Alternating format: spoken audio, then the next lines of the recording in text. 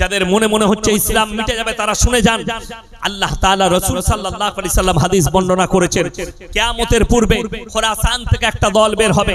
প্রথমে মুসলমানরা মনে করবে, পৃথিবীর মানুষ মনে করবে ইসলাম বিনাশ হয়ে যাচ্ছে, ইসলাম শেষ হয়ে যাবে। কিন্তু খোরাসান থেকে, খোরাসান মানে হচ্ছে উঁচু নিচু পাহাড় পর্বত জায়গা, সেখান থেকে এমন একটা যোদ্ধা বের হবে যাদের কমান্ডার হবে ইমাম মেহেদী। তাদের সামনে পৃথিবীর আর কোনো শক্তি দাঁড়াবে না, তারা অত্যাধুনিক অস্ত্র দিয়ে যুদ্ধ করতে শুরু করবে। তারা গিয়ে আল আকসাই ঝান্ডাটা গাড়বেন। আল আকসাই ঝান্ডা গাড়ার পরে গোটা পৃথিবীতে ইসলাম প্রতিষ্ঠিত হয়ে যাবে। মুসান্নাফ ইবনে আবু শাইবার হাদিস রাসূল বর্ণনা করলেন, তোমরা দেখতে পাবে গোটা পৃথিবীতে মসজিদগুলো নামাজিতে ভরে যাবে। জোরে বলুন সুবহানাল্লাহ। কিন্তু রাসূল আবার বললেন, সেই নামাজিগুলো হবে সুদখোর নামাজি, হারামখোর নামাজি। মুমিন ব্যক্তি তখন খুঁজে পাওয়া মুশকিল হবে। এখন আপনার আমার নামে অভিযোগ যে মুসলমান চার চার বিবিয়া রাখতে हैं। অনেকজন অভিযোগ করছে। আমি আসামের যিনি মুখ্যমন্ত্রী আছেন হিমন্ত বিশ্ব শর্মাজি, তেনার একটা উক্তি শুনলাম মিডিয়ার সামনে, বলছেন যে মুসলমান চার চার বিবিয়া রাখতে, इसके ऊपर भी कानून होनी चाहिए। আচ্ছা, চারটা বউ কার আছে? হাত তুলে। আছে? বিয়ে হয়েছে? বিয়ে হয়নি? তাহলে কি করলে এতদিন? এখনো বিয়ে করেনি। এ আমাকে লিখে দিয়েছে 61 বছর বয়সে দিলীপ বাবু বিয়ে করেছেন, এই বিষয়ে কিছু বলবেন। দিলীপ বাবু বিয়ে করলেন, আপনি করেননি এখনো? কি করলে? সকালবেলায় মাঝে মাঝে হাঁটবেন, প্রেম হয়ে যাবে, বিয়ে হয়ে যাবে। কথাটা বুঝতে পারেননি? আমার ভাই দেখুন, চারটা বউ কারুর নাই, আছে কারুর? হাত তুলেন তো, চারটা বউ কার আছে? একটাতেই ঝামেলা শেষ নাই। দিল্লি কা লাড্ডু, जो खाएगा वो भी पछताएगा, जो ना खाएगा वो भी पछताएगा। যাদের হইছে তারা বুঝতে পারছে কি ঝামেলা, আর যাদের হয়নি তারা খালি ভাবছে আমারটা কবে হবে। আচ্ছা, কোন পুরুষ সে যদি দ্বিতীয় বিবাহ করতে চায়, কি দ্বিতীয় বিবাহ করতে চায়, তার আগের বউয়ের কাছে ইজাজত নিতে হবে না? হবে না? হবে। আচ্ছা, এরকম ভালো বউ কারুর আছে? আপনি এই জলসা শুনে গিয়ে বলবেন যে হুজুর তো এসেছিল, এইসব বলে গেল, তো কালকে আমি আর একটা বিয়ে করব, তো তোমাকে চুমু খাবে না, ঝাঁটা করে মারবে? কারু বউ ইজাজত দিবে? ওই জন্য আলেম আর সাধারণের পার্থক্য। ইসলামী শরীয়ত হচ্ছে বিবির কাছে অনুমতি লিবার কোনো প্রয়োজন নাই দ্বিতীয় বিয়ে করার জন্য। বিবির কাছে অনুমতি লাগবে না, আপনি করতে পারেন। অনেকজন মনে মনে ভাবছে এতদিনে একটা ভালো হুজুর পেয়েছি, কাল কি করব, তুইও মার খাবি আমিও খাবো। এটার মানে ওইটা নয়। চারটা বিয়ে করা অনুমতি আছে, কিন্তু শর্ত সাপেক্ষ। আপনাকে প্রয়োজন মোতাবেক। যেমন একটা বলে দিই, আপনি যদি দ্বিতীয় বিবাহ করতে চান, আপনার প্রয়োজন পড়ে, সর্বপ্রথম আপনার দিলকে জিজ্ঞেস করুন, যদি দুটো বিবিকে সমান চোখে দেখতে পারো তবেই তুমি বিয়ে করতে পাবে। যদি তোমার মনে সন্দেহ থাকে দুটো বিবিকে সমান চোখে দেখতে পারবো না, তোমার জন্য একটাই বিবি যথেষ্ট। কটা বললাম? একটাই যথেষ্ট। এরপর সময় পরিস্থিতি কি, ডাক্তারে বলেছে তোমার আর বাচ্চা হবে, আপনি বংশ বিস্তারের জন্য দ্বিতীয় বিবি গ্রহণ করতে পারেন। বর্ধমানে আমার একজন বন্ধু আছেন, খুব ভালো অন্তরের বন্ধু একদম, নাসির ভাই। আমি সময় পেলে, যখন জলসা থাকে না, আমি মাঝে মাঝে চা খেতে যাই। বড় নার্সিংহোম আছে বর্ধমান টাউনে, আশা নার্সিংহোম, আমার খুব কাছের মানুষ। আজকেই জোহরের পরে ফোন করেছিলেন আমাকে যে ভাই একটা মাসলা জানতে। কি? একজন ভদ্র মহিলা এসেছেন মুসলিমদের, তো ডাক্তারে বলে দিয়েছে তার স্বামীর বাচ্চা হবে না, প্রবলেমটা স্বামীর। এখন সে কি টেস্ট টিউব বাচ্চা নিতে পারে, মেশিনের বাচ্চা? আমি বললাম জায়েজ আছে, তবে বীর্যটা স্বামীরই হতে হবে, স্ত্রীর এবং স্বামীর দুজনের বীর্য হতে হবে। দুজনের মধ্যে একজনের বীর্য যদি আলাদা হয়, ইসলামী শরীয়তে বাচ্চাটা হারাম বাচ্চা, অবৈধ বাচ্চা। এইটা হচ্ছে মাসলা, এটা হচ্ছে ফতোয়া। মেশিনের বাচ্চা আধুনিক যুগ, টেকনোলজি যুগ, আপনি নিতে পারেন যদি আপনার এই দিকে বাচ্চা না হয়। কিন্তু মাথায় রাখতে হবে ইসলামী শরিয়া হচ্ছে যে বীর্যটা স্বামী স্ত্রী উভয়ের হতে হবে, দুজনের মধ্যে একজনেরটা যদি আলাদা হয় জায়েজ হবে না। এরপর আপনি কি করবেন? সে বললে কি করব? আমি বললাম তোমার বোনের বাচ্চা নিয়ে মানুষ করো, কোনো এতিম বাচ্চা নিয়ে মানুষ করো, কেউ বাচ্চা ফেলে দিয়ে চলে যায় অনেক সময় হসপিটালে, নিয়ে নাও। আমাদের বর্ধমানে ঘটনা ঘটেছে, আমাদের কাছের মানুষ একজন বাচ্চা হতে এসছে বিহার থেকে বাচ্চা হতে বর্ধমান টাউনে এসছে ডেলিভারি। তো তার শ্বশুর ঘরের লোক বলেছে তার দুটো মেয়ে আছে, তৃতীয় নম্বর মেয়ে হলে সেই মেয়েকে তারা নিবে না। কতটা নিষ্ঠুর বুঝলেন সময়। তো আল্লাহর কি কুদরত, তার তৃতীয় নম্বরটাও মেয়ে হয়েছে। তো একজনের বাচ্চা হয়নি, সে দেখলে এই হারাম পদ্ধতিতে যাব না, তারা বাচ্চাটা নিয়ে নিয়েছে। বাচ্চাটা মানুষ করছে, এখন বাচ্চাটা অনেক বড় হয়ে গেছে, অনেক সুন্দর কথা। আমি একদিন কথা বললাম, আমাকে বলছে ভালো আছেন, আপনি খাবেন, চকলেট খাচ্ছে, আমি বললাম আমাকে দাও, বলে আপনি নিবেন, এত সুন্দর কথা বলছে। তো এই বাচ্চা ছেলেটাকে মানুষ করছে, এইটা জায়েজ আছে, আপনি মানুষ করতে পারেন। কারো বাচ্চা নিয়ে, ভাইয়ের বাচ্চা, বোনের বাচ্চা, ফুপুর বাচ্চা কিংবা কোনো এতিম বাচ্চা আপনি নিয়ে মানুষ করতে পারেন। এরপর অনেকজনের প্রশ্ন থাকবে যে আমি যে কোনো ধর্মের একটা শিশু বাচ্চা নিতে পারি। অবশ্যই আপনি নিতে পারেন, কোনো অসুবিধা নেই। আপনি যে কোনো ধর্মের মানুষের বাচ্চা আপনি নিয়ে মানুষ করতে পারেন। এরপর সে আপনার নাসলে চললে ভালো, আপনি তাকে তারবিয়ত দিবেন ইসলামের, সে ইসলাম পাবে। আর যদি আপনি তাকে না দিতে পারেন, সে তার বিচার আল্লাহ করবেন। পরবর্তীতে আমার ভাই, সকাল বেলায় মহিলারা আসবেন, রাতের বেলায় ইমাম আবু হানিফা রাহিমাহুল্লাহ বাড়িতে খানা খেতে বসলেন। এমন সময় তার মেয়ে তাকে জিজ্ঞেস করলেন, আব্বা আপনি যে এত পেরেশানির মধ্যে আছেন, আপনাকে দেখে মনে হচ্ছে আপনি কোনো টেনশনে আছেন। বলে হ্যাঁ মা, আমাকে মহিলারা প্রশ্ন করেছে, আমি উত্তর দিতে পারিনি। কি, একটা পুরুষ 4টা ইসলামী শরীয়তে বিয়ে করবে, একটা মহিলা কেন পাবে না? বলে এক কাজ করুন, কালকে সকালে মহিলাগুলোকে আমার কাছে পাঠান। বললে পারবে? বলে হ্যাঁ আমি উত্তর দেবো, বিসমিল্লাহ। বললে তাহলে ঠিক আছে। সকালবেলায় মহিলারা হাজির, বললে তোমরা আমার মেয়ের কাছে চলে যাও, তোমাদের উত্তর রাখা আছে। মহিলারা চলে এলো, তিনি বললেন শোনো, তোমরা সবাই বসে যাও। সবারই হাতে একটা করে বাটি ধরিয়েছে, কাটোরা, আর বললে পর্দার আড়ালে যাও, নিজের নিজের স্তন থেকে অল্প করে দুধ বের করে নিয়ে এসো। প্রত্যেকটা মহিলা দুধ বার করে এনেছে।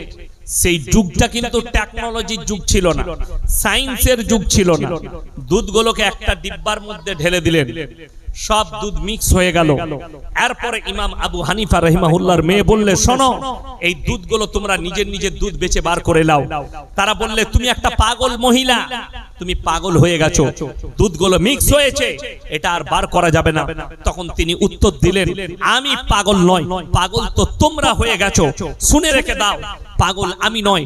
একটা ছাগল যদি মাঠে চড়তে যায়, 5টা পাঁঠা মিলামিশা করতে পারে, কার বীর্য থেকে বাচ্চা হয়েছে এটা আল্লাহ ছাড়া কেউ জানে না। একটা গাই মাঠে যাবে, 5টা ষাঁড় মিলামিশা করবে, কার বীর্য থেকে বাচ্চা হয়েছে এটা আল্লাহ ছাড়া কেউ জানে না। তোমরা যদি 4টা স্বামী রাখতে চাও, দ্বন্দ্ব দাঁড়িয়ে যাবে, কার বীর্য থেকে বাচ্চা হয়েছে। আর তোমাদের মধ্যে আর জানোয়ারের মধ্যে কোনো ফারাক থাকবে না। আল্লাহ জানোয়ারের পরিচয় মায়ের দ্বারা ঘটিয়েছেন, আর ইনসানের পরিচয় বাপের দ্বারা। আমার ভাই, আমার বন্ধুগণ, যাদের কাছে বড় মোবাইল আছে, স্ক্রিন টাচ, গুগল খুলেন, সার্চ করুন, London, Africa, America, Japan, German, উত্তর কোরিয়া, দক্ষিণ কোরিয়া, চাইনা, ব্রাজিল, অস্ট্রেলিয়া, স্পেন, যতগুলো বেঈমান কাফের দেশ আছে, তারা তাদের পার্লামেন্টে পাস করিয়েছে। এরপর থেকে যতগুলো বাচ্চা পয়দা হবে, তারা ইচ্ছা করলে মায়ের পরিচয়েও বাঁচতে পারবে, মায়ের পরিচয়েও তারা থাকতে পারবে, বাপের প্রয়োজন হবে না। 3 মাস আগেকার ঘটনা, একজন দামি ফুটবলার, তিনি, যদিও তার নামটা উচ্চারণ করব না আমি, তার গার্লফ্রেন্ড, বউ নয় গার্লফ্রেন্ড, প্রেগনেন্ট, ফেসবুকে ফটো দিয়েছে, আমি প্রেগনেন্ট আছি, পেটের ছবি দিয়েছে। তার ওই ফুটবলার বয়ফ্রেন্ড ফেসবুকে নাম পোস্ট করছে, 2টো নাম লিখেছে, বেটা ছেলে হলে এই নাম রাখবো, মেয়ে হলে এই নাম রাখবো। এই মেয়েটা তার গার্লফ্রেন্ডটা দ্বিতীয়বার পোস্ট করছে, আমার পেটে যে বাচ্চাটা আছে এটা তোমার সন্তান নয়, তোমার সাথে ঝগড়া হওয়ার পরে আমি অন্য পুরুষের সাথে মিলামিশা করেছি, বাচ্চাটা তার। জোরে বলুন নাউজুবিল্লাহ। হারাম আওলাদ ইসলামী শরীয়তে কিয়ামত পর্যন্ত হারাম থাকবে, আর হারাম বাচ্চাগুলো এইভাবে প্রমোট হবে। আজকে কলকাতার সাইডে আছেন, কলকাতার সামনে বুকের উপরে বসে আছেন আপনারা, সকালবেলায় উঠে যান, কলকাতায় দেখতে পাবেন কলকাতাতে স্বামী স্ত্রীর থেকে এখন বয়ফ্রেন্ড গার্লফ্রেন্ড বেশি হয়েছে। এরা বয়ফ্রেন্ড আর গার্লফ্রেন্ড বানাতে শুরু করেছে, এইটাই হচ্ছে কিয়ামতের আলামত। আর তাদের মধ্যে বিবাহ থাকবে না, তারা বয়ফ্রেন্ড গার্লফ্রেন্ড হয়ে থাকবে। বাচ্চা হবে, বাপের প্রয়োজন হবে না, তারা মায়ের পরিচয়ে বাঁচবে, বাপের কোনো পরিচয় থাকবে না। এটা গোটা পৃথিবী জুড়ে ছড়িয়ে পড়বে, কিয়ামতের মারাত্মক আলামত। কিয়ামত আসার পূর্বে গোটা পৃথিবীতে হারাম আওলাদে ভরে যাবে। কথা বলেন, মদটা হারাম, এটা মিথ্যা কথা না সত্য? আল্লাহ হারাম করেছে স্পর্শ করা। সুদটা হারাম আমার আল্লাহ করেছেন, এবং আল্লাহ বলেছেন যারা জেনে শুনে সুদ খাবে তারা যেন আমার সঙ্গে যুদ্ধ ঘোষণা করলো। একটা মুসলমান কি করে সুদ খেতে পারে, কি করে মদ খেতে পারে? নাম্বার 3, আমি খালি আপনাকে বলে দিচ্ছি, আপনি খালি সকালবেলায় মহলম লাগাবেন, মহলম গুলো লাগিয়ে নেবেন। লটারির টিকিট হারাম না হালাল? কথা বলে হারাম। আর আপনাকে আমি আপনার সাঁতরাগাছির আশেপাশে আপনাকে দেখিয়ে দেবো, চলুন সলম মোড়ে দেখিয়ে দেবো, মুসলিম ছেলে লটারি বিক্রি করছে, লটারি কাটছে। ঠিক বললাম না ভুল বললাম?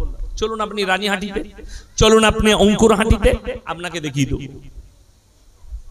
আমি খালি হক বলি বলে আমার জন্য অনেক সমালোচনা, অনেকজন গালি দেয়, আমি এটাকে পরোয়া করি না। একবার আপনাদের এখানে অঙ্কুরহাটি আছে না? আমি জানি না, আমি জলসা করতে গেছি, আমাকে দাওয়াত দিয়েছে পাড়ার ছেলেরা অঙ্কুরহাটিতে, তো ওই চেকপোস্ট থেকে ঢুকেই জলসা করছে, যেখানে সিগন্যালটা আছে ওখান থেকে ডাইনে ঢুকে। আমি জানি না, আমি খালি মোবাইলে দেখেছিলাম একটা মেয়ে ছোট পোশাক পরে শরীর দেখিয়ে চা বিক্রি করছে, আর তার কাছে ভিড় কাদের? গুটকাখোর জানোয়ারগুলোর ভিড়। আমাদের যেগুলো জানোয়ার আছে, গুটকাখোর আছে আর বিড়ি সিগারেট খোর আছে, তারা বাইক নিয়ে ভিড় করে, চা খাবার লেগে লয়, তার শরীর দেখার লেগে, তার রূপ দেখার লেগে। আমি এখন বলেছি তার চায়ের দোকানে যদি কেউ এই নিয়তে যায় যে মেয়েটা কেমন, তার শরীরটা ভালো, তার চেহারা ভালো, এই নিয়তে জিনা করার পাপ হবে, এবং ওই জায়গাটা যে ভাড়া দিয়েছে তারও গুনাহ হবে। এখন ওই পাড়ারই লোক ভাড়া দিয়েছিল মনে হয়, সকালবেলায় তাকে তাড়িয়ে দিয়েছে। আমি জানি না, আমি তো বয়ান করেছি, আমি কোথায় আছে সেটাও জানি না। পরে আমি শুনছি, যখন ফেসবুকে দেখছি, আমার ড্রাইভার দেখাচ্ছে, হুজুর আপনি কালকে বললেন, এই দেখুন এই দোকানটা তো ওখানেই ছিল। সেই মহিলা ফেসবুকে এসে বলছে যে আমার ওখান থেকে ব্যবসা সরিয়ে দিল, কে সরালো বুঝতে পেরেছি, আমি তার বেশি কিছু বলবো না। আমি মনে মনে ভাবলাম খালি বল আমার নামটা নিয়ে, তারপরে তোর কি বীজ মারতে হয় তা আমি জানি, ভয়ে আমার নাম লাইনি। যাই হোক, সে যে করেছে, আবার চালাচ্ছে দোকান, ভিড় কাদের? নেমো খারামদের, জানোয়ারদের। আপনি জানেন না, আমি সব বলবো আপনাকে একটা একটা করে। আমার মুসলমান ভাই, লটারির টিকিট হারাম, মুসলমান আজকে হারাম জানার পরেও লটারি কাটছে। আচ্ছা বলুন তো, ইমাম সাহেবকে বলে হুজুর আপনি এইটা বলবেন, হ্যাঁ সুদ নিয়ে বায়ান করবেন, হুজুর আপনি লটারি নিয়ে বলবেন। এখন ইমাম সাহেব নতুন এসছে, ইয়ং ছেলে, জোশের ওপরে বায়ান করে দিল লটারি নিয়ে। গ্রামের যতগুলো লটারিওয়ালা মাল ছিল, এরা এরপর চিন্তা লাগালে মালটাকে তাড়াতাড়ি তারাই না। আচ্ছা বলুন তো, গোটা পশ্চিম বাংলায় একটা মসজিদের কমিটি বার করে দেন, একটা মসজিদের সেক্রেটারি বার করে দেন, যে মসজিদের মেম্বারে দাঁড়িয়ে বলেছে যে শোনো, আমার মহল্লার গ্রামের যত মানুষ আছেন, কেউ যদি সুদের কারবার করো, সুদ খাও, সে ইমামকে পালা দিবে না। এরকম ঘটনা শুনেছেন? কেউ বলেছে কোনোদিন? যে সুদ খাবে সে ইমামকে পালা দিবে না। আপনার জানা আছে? আপনি বলবেন আমি দোয়া করব, আপনি আমিন বলবেন, আপনি হুজুরকে ডেকে দোয়া করাচ্ছেন। দোয়া কবুলিয়াতের জন্য শর্ত যেটা রাখা হয়েছে সেটা হচ্ছে হালাল খাবার। কি খাবার বললাম? হালাল। তো মুসলমান হারাম হালাল তো বুঝে না। কেন বুঝে না? এদের কাছে দ্বীনি শিক্ষা না থাকার কারণ। আমি আপনাকে দেখিয়ে দেবো, যত বালি আমার বর্ধমান থেকে আসছে, যত পাথর বীরভূম ডিস্ট্রিক্ট থেকে আসছে, আসছে না আসেনি? পাথর বালি এই দুটো জেলা থেকে বেশি কলকাতায় ঢুকছে। দামোদর নদী, কলকাতায় সব থেকে দাম বেশি হচ্ছে সিল্লার ঘাটের বালি, আমার বাড়ির কাছে ঘাটটা। প্রত্যেক দিন 2500 3000 গাড়ি লোড হয়, কলকাতা 24 পরগনা চলে যাচ্ছে। মুসলিমদের ছেলে লরি চালায়, গাড়ি লোড করেছে, হাই রোডে চেপেছে, হোটেলে ঢুকি প্রথমে 2 বোতল মদ খেয়ে নিল, এরপর বলছে ভাই মুরগির মাংস আর রুটি নিয়ে আই। সে হোটেলের কর্মচারী বেচারা মুরগির মাংস আর রুটি এনেছে, তখন হারাম করে জিজ্ঞেস করছে মুরগিটা জবাই না কাটা। আমরা ওকে মার জুতো করে। আচ্ছা, যে লোকটা মদ খেলো তার লেগে এটা জিজ্ঞেস করে লাভ আছে? হারাম না হালাল, কাটা না গুটা? মদটা হারাম এটা জানলে তো আর তাকে সে গুটা কাটাটা খেত না আর মদটাও খেত না। মদটার বেলায় খেয়ে নিচ্ছে, কিন্তু ও জানে আমাকে মুরগি খেলে জবাই করা খেতে হবে। যেমন আপনি শুনে গেলেন যে আপনাকে জবাই করা মাংস খেতে হবে, সকালবেলায় উঠে আপনি সাঁতরাগাছির কোন এক মার্কেটে গেলেন, দিয়ে বললেন ভাই জবাই করা 1 কিলো মাংস দে। কিনছেন জবাই করা মাংস, কিন্তু টাকাটা আবার সুদের টাকা, সেই একই মাল দাঁড়িয়ে গেল। বুঝাতে পারলাম কিছু? টাকা সুদের, মালটা এক। আচ্ছা, রুজির মালিক সকলে বলুন কে? আল্লাহ। ভাগ্যের মালিক কে? ভাগ্যের মালিক যদি আল্লাহ হয়, আপনি একটা কাগজ, লটারি কেন হারাম বলে দিই, ভাগ্যের মালিক কে? আল্লাহ। আপনি চলে যান কাঁচি সাঁতরাগাছি স্টেশন, আপনি ওপারে বেরিয়ে যান 1 নম্বরে, কিংবা এই দিকে থাকুন, কিংবা সাঁতরাগাছিতে চেপে হাওড়াতে যান, আপনি 1 নম্বর প্ল্যাটফর্মে হাওড়া ব্রিজের দিকে বের হন, কয়েকটা হারামখোর চট বিছিয়ে বসে আছে, ছিড়া চট, আর মাথায় সরষের তেল লাগিয়েছে, দিয়ে বসে আছে সকাল বেলায়। তাদের কাজ কি? ওই ছিড়া চটে বসে লোকের হাত দেখে ভবিষ্যৎ বলে। তারা লোকের হাত দেখে ভবিষ্যৎ বলে। জানেন, ভবিষ্যৎ বলাটা আজকের ঘটনা নয়। এই রকম ভবিষ্যৎ বলনেওয়ালা দুনিয়া শুরু থেকে আছে, ধোঁকাবাজ। ফেরাউনের যারা গণককার ছিল ফেরাউনের কাছে, তারা ফেরাউনের হাত গুনে বলেছিল, হাত দেখে তোমার এই মিশরে এমন একটা ছেলে জন্মগ্রহণ করবে, সে হবে তোমার দুশমন। এটা বলার পরে ফেরাউন বললে আমি তো যত বেটা পয়দা হবে আমি কতল করে দেব এই বছরে। কতল করতে লাগলে, রেওয়ায়েতে আছে গোটা মিশরের মাটিতে কয়েক লাখ সন্তানকে হত্যা করেছিল ফেরাউন তার যুগে। কয়েক লাখ বাচ্চা পয়দা হয়েছে, কতল করে দাও, বেটা ছেলে মেরে দাও, বিটি ছেলে হলে ছেড়ে দাও। কিন্তু আল্লাহ কত কুদরতওয়ালা।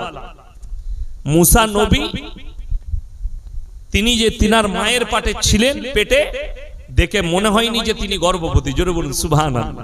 হঠাৎ রাত্রিতে প্রসব বেদনা, মুসা নবী জন্মগ্রহণ করলেন। এবং অনেক লম্বা ঘটনা আছে, আমি খালি আপনাকে বুঝাবার জন্য বলছি। ফেরাউনের ঘরে লালিত পালিত হচ্ছে, আল্লাহর তরফ থেকে আওয়াজ এসছে, তোমার বাচ্চাকে বাস্কই ভরে, কাঠের বাস্কে ভরে নীল নদীতে ভাসিয়ে দাও। ফেরাউনের যে রাজপ্রাসাদ তার গার্ডেনের কাছে গিয়ে আটকিয়েছে, যেখানে সকাল বেলায় বসে থাকে বিবি আসিয়া আর ফেরাউন। ওই জায়গায় ফেরাউনের চোখে পড়ল, একজন প্রজাকে বললে বাস্ক তুলে নিয়ে এসো। বাস্ক আনা হলো, বাস্ক আনার পরে সেই বাস্কের মধ্যে বললে খোলো। অনেক তার প্রজারা চেষ্টা করলো, খুলতে পারছে না। এরপরে বিবি আসিয়া বললে আমাকে ছাড়ো। তিনি যেমনি ঝটকা মেরেছেন, বাস্ক খুলে গেছে, ভেতরে একটা সুন্দর ফুটফুটে ছেলে খেলা করছে। তিনি হচ্ছেন হযরতে মুসা নবী। তো ফেরাউন দেখার পরই বললে, এইটাই মনে হচ্ছে ওই মালটা আমার দুশমন, কেউ ভাসিয়ে দিয়েছে, একে কতল করতে হবে। কিন্তু আমরা সবাই জানি যে যেরকমই মরদ হোক, আমি মৌলবি বলুন, পীর বলুন, ফকির বলুন, আর অফিসার বলুন, আর যেই বলুন, যার সবারই মর্দানগি খালি বাইরে। কি বুঝলেন? আমি স্টেজে কত ফুটানি করছি, কিন্তু বিবির কাছে সবাই ঠান্ডা। একজন অফিসার অফিসে গিয়ে কি বলে, এই নরেন চাটা নিয়ে আয়, আনছি স্যার, কি বলে চিল্লিয়ে বলবে। কিন্তু বিবিকে যদি বলা হয় তাড়াতাড়ি চা করে নিয়ে চুপ করে বসো, আমি কাজ করছি দেখতে পারো, দোকানে খেয়ে লাও না, আচ্ছা ঠিক আছে তাই হলো। বইয়ের কাছে মাল ঠান্ডা, ওইখানে গরম চলবে না। ফেরাউন যখনই বললে এই বাচ্চাটাকে কতল করতে হবে, এটাই আমার দুশমন, কোরআনে আছে, আসিয়া তাকে বললে কুররাতু আইনুল লি ওয়ালাক লা তাকতুলু, এই বাচ্চাকে কতল করতে পাবে না, ই তোর আর আমার চোখকে ঠান্ডা করবে। সঙ্গে সঙ্গে বললে আচ্ছা তুমি যখন বলছো অসুবিধা নাই, কোলে তুলে লাও, মানুষ করো। এরপর আমার বলার উদ্দেশ্য, যে মাল কটা হাত দেখে বলেছিল একটা ছেলে জন্ম হবে সে দুশমন, তাদেরই কোলে মুসা নবী মানুষ হচ্ছে, কিন্তু বলতে পারছে না এই মালটাই ওইটা। কথাটা আমার বুঝে এসছে না আসেনি? মুসা নবী তাদেরই কোলে মানুষ হচ্ছে, তারা কোলে নিচ্ছে, চুমু খাচ্ছে, ঘুরাচ্ছে, রাজপ্রাসাদে রাজার সন্তান হিসাবে মানুষ হচ্ছে, কিন্তু তারা বলতে পারছে না এইটাই ওই মালটা। আপনি চলুন, হাত দেখে বর্ধমান থেকে আসছে, মেল লাইনে নেমেছে, আপনার এখান থেকে গেইছে হাওড়াতে নেমেছে, চাকরি করে, 50,000 বেতন পায়, 1 লাখ বেতন পায়, শিরা চটে বসে আছে, কিচ্ছু খেতে পায় না। কি খাই জানে? সকালবেলায় যদি একটা পাথর বিক্রি হয় সে কি খেতে পায়? একজন অফিসার সে যখন যাবে তার অফিসে, সে অর্ডার করবে চা নিয়ে আয়, ব্রেকফাস্ট নিয়ে এসো, তার কাছে টেবিলে চলে আসবে, তার কর্মচারী আনবে। আর যে মাল হাত দেখছে, হাওড়া স্টেশনে বসে আছে, সাঁতরাগাছিতে বসে আছে, হাত দেখে লোকের ভবিষ্যৎ বলছে, যদি বিক্রি হয় সে কি খেতে পাবে? কি? 3টে পরোটা, আনলিমিটেড তরকারি, একটা সিদ্ধ ডিম, একটা কাঁচা পেঁয়াজ, ওই মালটা খেতে পাবে, দামি মাল লয়। কি নাম যে রাজু না কি বিক্রি করছে, হ্যাঁ যাই হোক, ওই মালটা খেতে পাবে। কোন তেলে করেছে, কি পরোটা জানি না, জীবনে খাই নাই, আর ওসব খাইও না। আল্লাহ দস্তরখানে খাবার দেয়, খাই, যাই হোক ওইটা খেতে পাবে। আর একজন অফিসার দামি খাবার খাবে। ওরে বাবরে, তোমার ভাগ্যটা খারাপ যাচ্ছে, প্রমোশন আটকে আছে, তোমার একটু মনে হচ্ছে যেন পরিবারে বিবির সঙ্গে গোলমাল চলছে। ই দেখে শালা রোজ রাতের বেলায় ঝগড়া, ঠিকই তো বলছে, প্রমোশন আটকে আছে, বেতন পাই 50,000। বলে কি করতে হবে? বলে এই পাথরের আংটিটা নিয়ে যাও, এই পাথরটার আংটি বানাবে, পরবে, তোমার ভাগ্যটা ফিরে যাবে, বিবির সঙ্গে মহব্বত হবে। আমি খালি চিন্তা করি, যে লিখছে 50,000 বেতন পায়, একবারও বলতে পারছে না এই ভাগ্যের পাথরটা তোর গলায় না হলে তোর হাতে পান, তুই কেন ছিঁড়া চটে বসে, তুই বেঁধেলে কাল থেকে মমতা খালার পাশে থাকবি, একবারই নবান্নে বসবি, তুই হারাম করে এখানে ছিঁড়া চটে বসে কেনে, মাল সব ওর কাছে। আপনাকে উদাহরণ দিয়ে বলি, সব থেকে কম বেতন কার? ইমামদের। আমার আব্বার মাদ্রাসায় আমার 11,000 টাকা বেতন। কত বললাম? 11,000। আমি শিক্ষক, আমার 11,000 টাকা বেতন। আপনি ভেবে দেখুন, আমার 11,000 বেতন। এখন আমি জলসা করতে এসেছি, আপনার গ্রামে কোন বড় উস্তাখার, বড় ব্যবসায়ী, তিনি যদি আমাকে বলেন হুজুর একটা পার্সোনাল কথা ছিল, বলো বাপ। বলে হুজুর আমার না ব্যবসায় খুব গোলমাল যাচ্ছে, একটা তাবিজ দিবেন বরকতের। সে প্রত্যেক দিন 10,000 ইনকাম করে, 3 10 কত? 30, 3 লাখ টাকা। আর আমার মাসে 11,000। বরকতটা কাকে আগে লাগবে? আমাকে না উনাকে? আচ্ছা পৃথিবীতে এরকম বুকা মৌলবি বুকা লোক কেউ আছে লোককে বড় লোক করে নিজে গরিব থাকবে?